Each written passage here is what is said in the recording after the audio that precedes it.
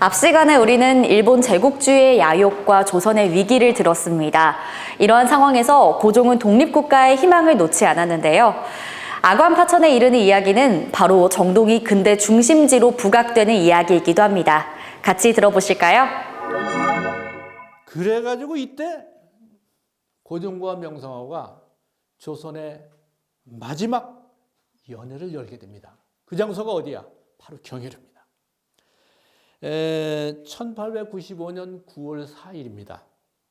명성황후 시해 사건이 10월 8일이니까 한 달 4일 뒤에 명성황후 시해 사건이 일어나는데, 이때 고종과 명성황후는 우리는 자주 독립을 이제는 확립하게 됐다라고 하는 이런 생각을 가지고 서울에 있는 여러 나라 공사관 또 영사관 그 사절들을 초청했어요.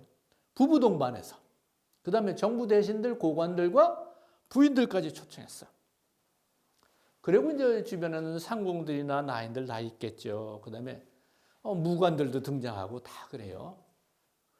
근데 이제 이때 궁중에 연회에 참석한 사람들의 면면을 보면은 뭐 아까 말씀드렸듯이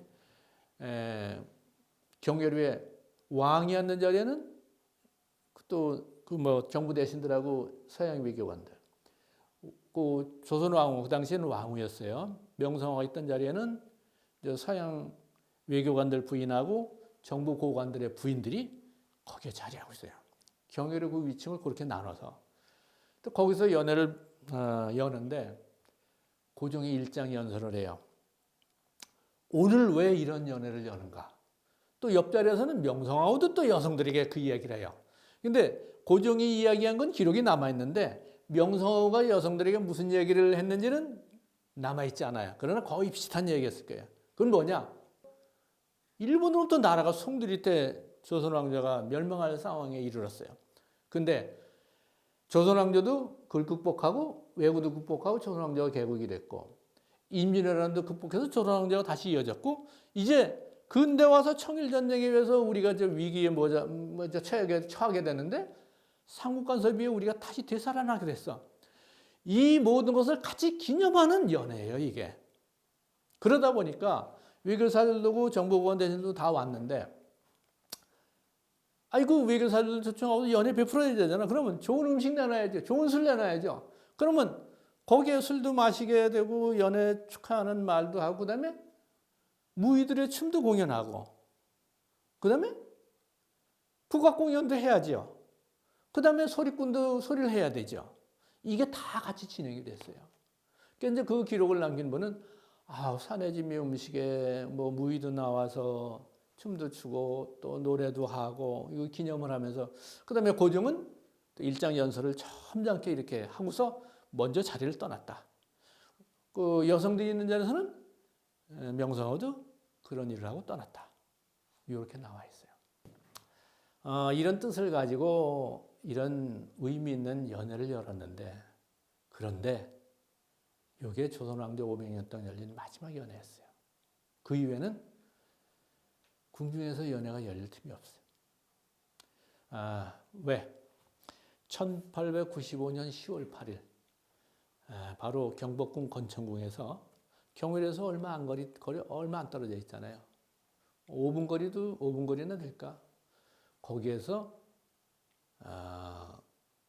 일본의 공권력에 의해서 군인이 동원되고 경찰력이 동원되고 서울에 머물던 일본공사, 주한일본공사, 미우라고로의 현지 지휘하에 명성황후가 이제 비극적인 운명을 맞게 됐어요. 현장에는 고종도 있었고 왕태자도 있었고 왕태자비도 있었고 상궁 수많은 사람들이 다 현장을 직관적으로 목격을 했어요. 그런데 우리에게 알려지기는 이제 그 당시 궁중에 있던 러시아인 사바틴 건축가죠. 그 다음에 나이 장군이 이제 워싱턴 경찰국장을 지냈고 그 이전에 남북전쟁에 참여한 장군이에요. 이 사람이 이제 궁중에 고종의 급박한 요청에 의해서 궁중에 와서 근무를 하고 있었는데 현장을 목격해서 열국 공사들에게 알리고 그것이 해외에 널리 퍼졌죠. 고종이나 왕태자나 궁녀들, 상궁들 이런 사람들이 목격해서 증언을 하기란 굉장히 어려워요. 왜? 목숨이 위태롭기 때문에. 그래서 나중에 이제 간간히 이런저런 증언 기록이 나와서 그걸 우리가 볼 수는 있긴 하지만은 어쨌든 서양인들을 고용해서 현장 상황을 밖으로 알리게 한 건 고종의 비상조치에 의해서 가능했던 것입니다. 자, 그러면 그 경회로에서 마지막 연회를 열고 그 다음에 명상황후 시해가 불과 한 달여 뒤에 일어나고 다시 궁중은 어떻게 돼요? 청일전쟁 직후에 일본이 조선궁정 장악해서 식민지화 작업하듯이 그런 상황으로 다시 돌아갑니다.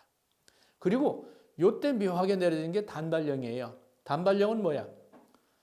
조선인들에게는 남성들에게는 혼과 정신의 상징이라고 이렇게 전해져 온 것이죠.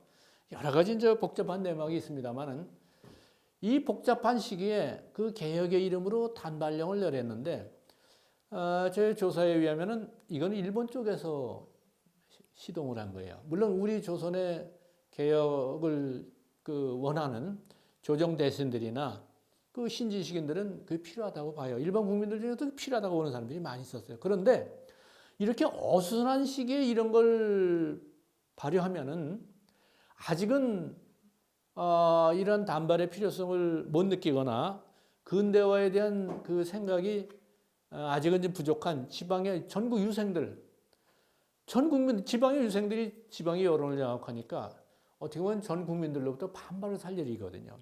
사실 이런 걸 시행한다면은 개혁을 한다면 서서히 계도를 해가면서 일본에서는 그렇게 했어요.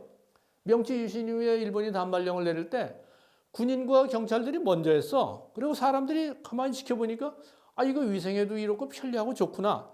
그래서 점점께 이제 전부 따라서 하게 되면서 자연스럽게 일부 이제 뭐 소요도 있었다고 하지만 전반적으로 보면은 자연스럽게 단발을 해서 근대화에 동참을 했어요. 근데 우리 쪽에서는 그냥 어느 날 갑자기 지나가는 사람 막 잡아다가 머리 자르고 말이지 지방민들에게 막 그냥 그 강요하고 이건 뭐야? 반발을 주도하는 거죠. 이건 뭐야? 조선 전국을 혼란에 빠뜨리는 사건이 됐어요. 우리나라 조정대신이나 고종이 진짜 이런 쪽으로 가자고 한다면 뭔가 현명한 방법을 택하겠죠. 그래서 저는 이거는 일본의 어떤 그 정략이 개입됐구나. 그리고 이제 좀 더 거기다 추가한다면 일본의 상업무역 전략. 상투 하나가 사라지면서 머리서부터 발끝까지가 다 바뀌어요. 양복을 입게 되죠. 넥타이를 매게 되죠. 와이셔츠를 입게 되죠. 구두를 신게 되죠. 바지, 그렇죠. 멜빵. 그 다음에 상투가 사라진 뒤에 뭐 머리에는 또 모자가 쓰이게 되죠. 이게 뭐예요? 머리에서 발끝까지 다 바뀌어요. 근데 여기에 소요되는 모든 그 장신구 물품은 어디서 와? 우리는 조선에서 생산할 능력이 그 당시 없었어요. 그러면 유럽에서 오거나 일본에서 오거나. 근데 유럽에서 우리까지 오기엔 멀어. 그러니까 일본에서 그 당시 공산품이 생산되면서 공업화가 가동이 됐으니까 그 제품들이 우리한테로 오는 거예요. 그 당시 일본 언론에서는 뭐야? 일본 쌍인 조선으로 돌격하라. 현재 조선은 단발령이 내려져서 이발소가 성업하고 이발기계, 뭐 그다음에 양복, 구두, 그다음에 이제 사진관. 양반님들이 이제 옷 갈아입으니까 그다음에 상투 잘리니까 이건 마지막 조상님들이 남긴 나의 머리 홀 아니에요? 정과 정신. 그러니까 이제 이거를 사진 찍으려고 많이들 사진관에 가고 기념으로 남기고. 그래서 복잡해요. 이렇게 이제 그 군사전략적인 정치전략적인 여러 가지 목적도 있고 상업 무역적인 전략도 있고. 자, 어떻든 이런 식으로 해서 조선은 아주 그냥 혼란의 도가니가 됐어요.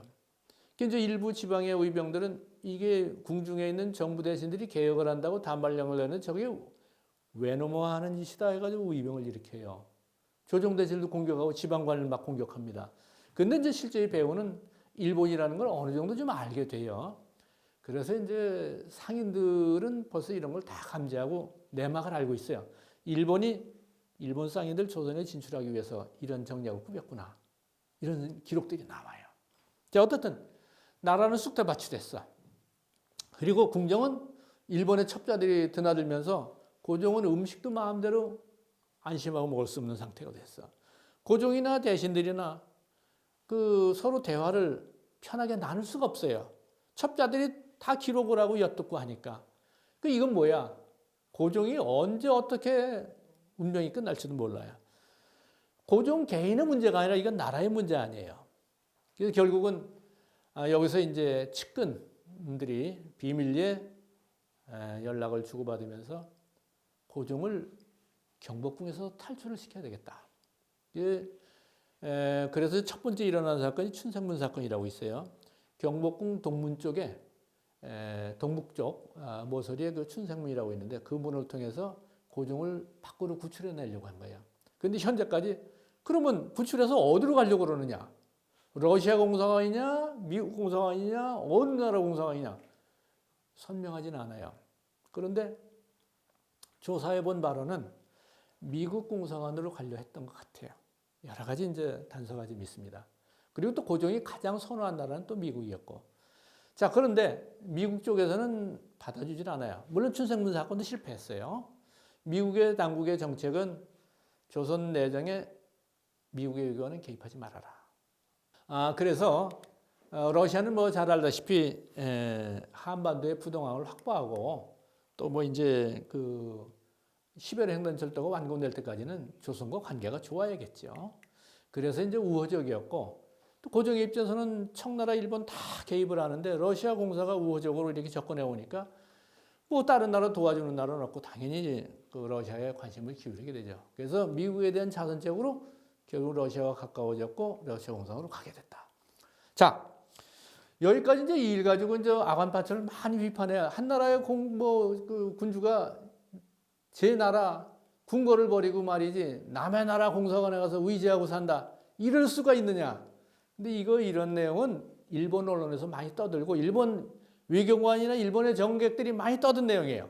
근데 우리 쪽에서 우국충정이 가득한 분들이 또 이런 얘기를 같이 해요.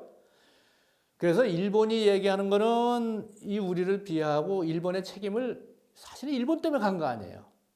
근데 그건 싹 빼버리고 한 나라의 군주가 자주권 의식도 없고 말이지 주체 의식도 없이 그냥 그 남의 나라에 의진하고 옛날에 4대 종호 하던 것처럼 그런 식으로 간다라고 해서 자꾸 멸시하는 그런 비하하는 말로다 언론에도 얘기하고 뭐 유럽의 외교관들, 유럽 각국의 외교관들 파견돼 있잖아요. 거기서도 그런 식으로 자꾸 조선의 그 사실을 갖다 왜곡합니다. 그러니까 모르는 사람들은 고종은 바보고 뭐 아무 저기도 무능한 사람이고 뭐 이런 사람으로 자꾸 얘기를 하겠죠. 근데 우리 쪽에서는 뭐야? 야, 우리가 죽으면 죽었지 이렇게 할 수가 있느냐? 차라리 자결하시라 이런 얘기가 나올 수가 있죠. 그런 분도 있어요. 근데 내막도 모르고 그냥 두려워서 도대체 한 목숨 그것 때문에 저렇게 했나? 이런 얘기하는 분들도 있어요. 일리는 있지만 내막을 들여다보면 그렇게 간단하지 않아요.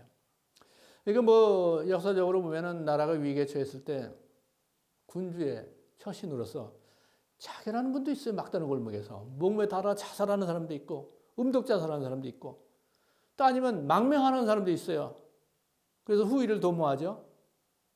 오왕부차, 월왕부차 뭐 이런 이야기도 보면 여러 가지 순한 시련을 겪고 이제 이렇게 하잖아요. 또 그런 예도 있고. 그런데 고종의 경우는 그 당시 할 수 있었던 조치로서 자결도 못하고 또 망명할 상황도 못되고 임시 러시아 공사국으로 피신해간 것이다. 그리고 또 하나 아관파천을 대단히 부정적으로 많이 보고 뭐 그 충분히 이해합니다. 그런데 아관파천을 안 했더라면 어떻게 됐을까? 나라 망하는 겁니다. 망하는 것보단 아주 구역적이고 좀 그 치욕적인 거는 고종이 더 잘할 거예요. 그럼에도 갔어. 그래서 뭐 비난받는 건 어쩔 수 없지만 피치 못한 그런 상황에서 이런 일이 있었다. 그래서 고종이 드디어 러시아 공산이 위치한 정동으로 국정을 수행하는 직무처를 옮김에 따라서 정동이 근대사의 전면에 등장하게 되는 겁니다.